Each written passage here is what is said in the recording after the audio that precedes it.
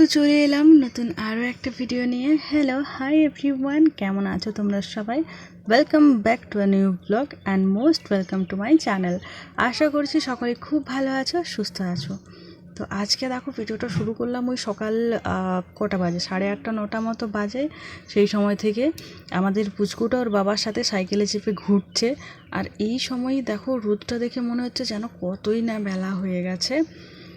তো আজকে বানাবো হচ্ছে বিরিয়ানি। আর বিরিয়ানির রেসিপিটা আমি অলরেডি তোমাদের সাথে শেয়ার করেছি। তোমরা যারা যারা এখনও পর্যন্ত দেখোনি, প্লিজ তারা বিরিয়ানির রেসিপিটা দেখো এবং ঘরে বানাও। আমি 100% গ্যারেন্টি দিয়ে বলছি যে এই বিরিয়ানির রেসিপিটা অত্যন্ত সহজ, এবং তোমরা যদি এটা বানিয়ে একবার খাও তো এই বিরিয়ানির ফ্যান হয়ে যাবে। তো আমি ওই ভিডিওতে প্রত্যেকটা স্টেপ বাই স্টেপ দেখিয়েছি বিরিয়ানির ভাতটা কিভাবে রেডি করছি, চালটা মানে সেদ্ধ করছি কী কী দিয়ে, মাংসটা কিভাবে রেডি করছি, আলুটা কিভাবে রেডি করছি, দেন লেয়ারটা কী কী দিয়ে করছি, কিভাবে করছি, সমস্ত কিছু ওই ভিডিওতে ডিটেলসে শেয়ার করেছি। আজকে জাস্ট এমনি তোমাদের একটুখানি দেখালাম। তো তোমরা যারা যারা বিরিয়ানি খেতে খুব ভালোবাসো আর যারা যারা বিরিয়ানি বানাতে খুব ভালোবাসো তারা কিন্তু অবশ্যই আমার ওই ভিডিওটা দেখে একবার কিন্তু বানিয়ে দিও। আর ওই ভিডিওটাতে দমে বসানোর নতুন একটা টেকনিক আমি তোমাদের সাথে শেয়ার করেছি, সেটা ওই ভিডিওটাতে দেখলেই কিন্তু তোমরা বুঝতে পারবে। তো বিরিয়ানিটা দমে বসিয়ে দিয়েছি, তারপরে এদিকে মাংসটা কষানো হচ্ছে। আর এইখানে মাংস রয়েছে হচ্ছে প্রায় 1.5 কেজি পরিমাণে। আজকে যেহেতু আমাদের বাড়িতে অনেক লোক আছে, আমরা আছি মানে আমাদের ফ্যামিলির লোক তো রয়েছে, সেই সঙ্গে আমার ননদ আর ওর মেয়ে এসছে, তারপরে আমাদের পাশের বাড়ির কাকিমা, তাদেরকেও দেওয়া হবে। তো মাংসর পরিমাণও আজকে অনেকটাই বেশি আর বিরিয়ানির পরিমাণও অনেকটাই বেশি রয়েছে। তো এখন মোটামুটি মাংসটা প্রায় কষানো হয়ে এসেছে। আর এর জল ঢালার আগে সবাই আমাদের বাড়িতে মাংস কষা খেতে খুব পছন্দ করে, তাই সবার জন্য এক পিস করে মাংস কষা মানে কষানো মাংস আর কি তুলে রাখছি। কষানো মাংস প্লাস ওই যে মশলাটা একটু একটু করে তুলে রাখছি, প্রত্যেকের একটা একটা করে পিস তুলবো। কিন্তু আমি চাইছিলাম যে ছোটো ছোটো পিসগুলো তুলতে, বাট আজকের মাংসের যে পিসগুলো সবগুলোই ছিল খুবই বড় বড়, তাই ছোট ছোট পিস আর খুঁজে পাচ্ছিলাম না। ওই তার মধ্যে যেগুলো আমার চোখে একটুখানি ছোট বলে মনে হয়েছে সেইগুলোই তুলে রেখেছি। প্রত্যেকের জন্য এক পিস করে তুলেছি। আর এরপরে জল ঢেলে দিয়েছি, মানে জল ঢেলে দিয়েছি বলতে ঝোল করব না, বিরিয়ানির সাথে খাওয়া হবে তো একটুখানি যাতে গ্রেভি গ্রেভি হয় সেই রকম আর কি করব। তো ওইদিকে জল ঢেলে আবার মাংসটা ঢাকা দিয়েছি। আর এই দিকে আমি বানাচ্ছি রায়তা, কারণ বিরিয়ানি করলে তো রায়তাটা মাস্ট। তো তার জন্য আমি শসা, পেঁয়াজ আর কাঁচা লঙ্কা কুচি করে নিয়েছি। আর তার উপরে দিয়ে দিলাম বিট নুন আর ভাজা মশলা। ভাজা মশলাটা আমি কী দিয়ে করেছি বলি, কিছুই না, শুকনো লঙ্কা, গোটা জিরে আর গোটা ধনে শুকনো কড়াইতে একটুখানি ভেজে গুঁড়ো করে নিয়েছি। এই মশলাটার স্মেলটা এত সুন্দর আর এটার টেস্টটাও কিন্তু দারুণ হয়। ঠিক আছে, তো এই ভাজা মশলাটা দিয়েছি আর বিট নুন দিলাম। এবার কিন্তু দই দিয়ে দিচ্ছি। এখানে আমি দইটার পরিমাণ কম দেব, কারণ দই যদি বেশি পরিমাণে দিয়ে দিই তাহলে কিছুক্ষণ রেখে দেওয়ার পর ওটা পাতলা জলের মতো হয়ে যায়, যেটা খেতে একদম ভালো লাগে না। কিন্তু যদি কম দই দিয়ে এভাবে সব মিক্স করে রেখে দেওয়া হয় মানে ওই কিছুক্ষণ পর্যন্ত, তাহলে এটা খুব সুন্দরভাবে মিশে যায়, এটা বেশ সুন্দর চাপ চাপ থাকে, জলের মতো পাতলা কিন্তু একদমই হবে না। আর এটা খেতেও কিন্তু দারুণ লাগে। তো অবশ্যই কিন্তু এইভাবে একবার রায়তা বানিয়ে দেখো। এই রায়তাটা যে শুধু বিরিয়ানির সাথেই খেতে হবে এমন নয়, ভাতের সাথেও খাওয়া যায়, রুটির সাথেও খাওয়া যায়, আবার শুধু মুখেও খাওয়া যায়। আমাদের তো এত পছন্দ। দেখো এই রায়তাটা হয়ে যাওয়ার পর আমরা আমরা মানে রাখার আগেই নিজেরাই টেস্ট করে নিচ্ছি একটু একটু করে।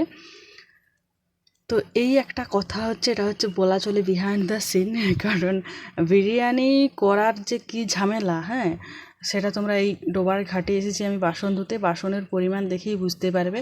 বিরিয়ানি করতে গেলে ঝামেলা তো রয়েছে, সেই সঙ্গে প্রচুর বাসন হয়ে যায়, প্রচুর। এই যে এতগুলো বাসন দেখছো, প্রেশার কুকারটা বাদে প্রত্যেকটা জিনিস কিন্তু বিরিয়ানির কাজে লেগেছে। আর বিরিয়ানিটা বানানোর জন্য আমার এতগুলো বাসন হয়েছে, যে বাসনগুলো মাজতে ধুতে আমার অনেক কষ্ট হয়েছে আর অনেকটা সময়ও লেগে গেছে। তাই তোমাদের আবার দেখালাম যে বিরিয়ানি করতে গেলে কিন্তু বাসনও প্রচুর নোংরা হবে, সেইগুলো ধুয়ে গুছিয়ে কিন্তু রাখতে হবে। আর যেহেতু পুকুরের জলে ধুচ্ছি, সুতরাং একবার ধুলে তো হবে না, পুকুরের জলে একবার ধুতে হবে, তারপরে আবার কলের জলে ভালো করে ধুতে হবে। তো খাটলিটা ডবল আর কি। এদিকে মাংসটা রেডি হয়ে গেছে। মাংসটার থেকে প্রচুর তেল বেরিয়েছে, মানে যতটা তেল দিয়েছি ততটা তেল বেরিয়েছে, তাই আমি যতটা পেরেছি বাটিতে তুলে রেখে দিয়েছি। ওটা দিয়ে আবার একটা অন্য দিন তরকারি রান্না হয়ে যাবে, তাই তুলে দিয়েছি। আর এবার দেখো মাংসটার কালারটা কিন্তু খুব সুন্দর এসেছে।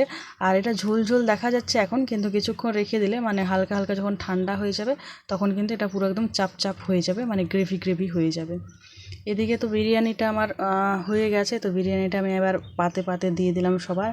আর দেখো বিরিয়ানিটা দেখতে কেমন হয়েছে, দারুণ লাগছে দেখতে। আর খেতে এতটাই ভালো হয়েছে যে মাংস রান্না করেছিলাম, মাংসটা আজকে কেউ খেতে চায়নি, বিরিয়ানিটাই শুধু শুধু খেয়ে নিয়েছে। মাংসর আর কারোর দরকার প্লিজ, মাংসটা আমরা রেখে দিয়েছিলাম রাত্রে খাবো, সবাই দুই পিস খেয়ে নিয়েছিলাম, কিন্তু ওটাও আর খেতে পারছিল না।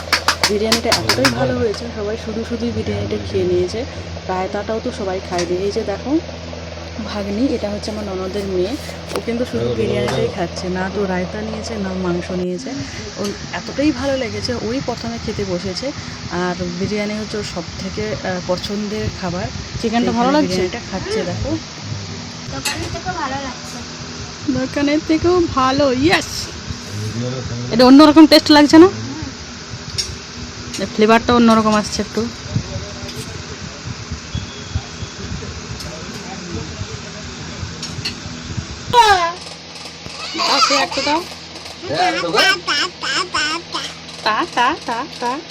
বিরিয়ানি খাচ্ছে দিদির হাতে, বিরিয়ানি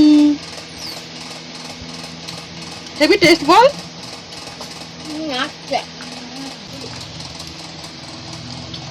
হেভি টেস্ট বললাম যে তোমাকে একটু আধটু বিরিয়ানি খাওয়া দাও। বিরিয়ানি খাচ্ছ মা তুমি? হেভি টেস্ট, কেমন হেভি টেস্ট? ঝাল লাগে।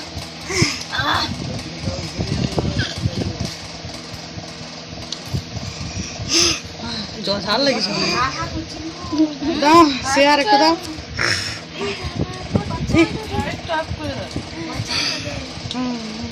পিসিমণিকে ভয় দেখাতে পারে। তো বিরিয়ানি খাওয়ার পরে তো কোল্ড ড্রিঙ্কস খাওয়া মাস্ট থাকবে। আজকের দিনটা খুব ভালো কাটলো। আর ভিডিওটা এখানেই শেষ করছি। আশা করছি আজকের ভিডিওটা দেখতে তোমাদের খুব ভালো লেগেছে। ভালো লেগে থাকলে লাইক কমেন্ট শেয়ার করো, আর অবশ্যই চ্যানেলটা সাবস্ক্রাইব করো।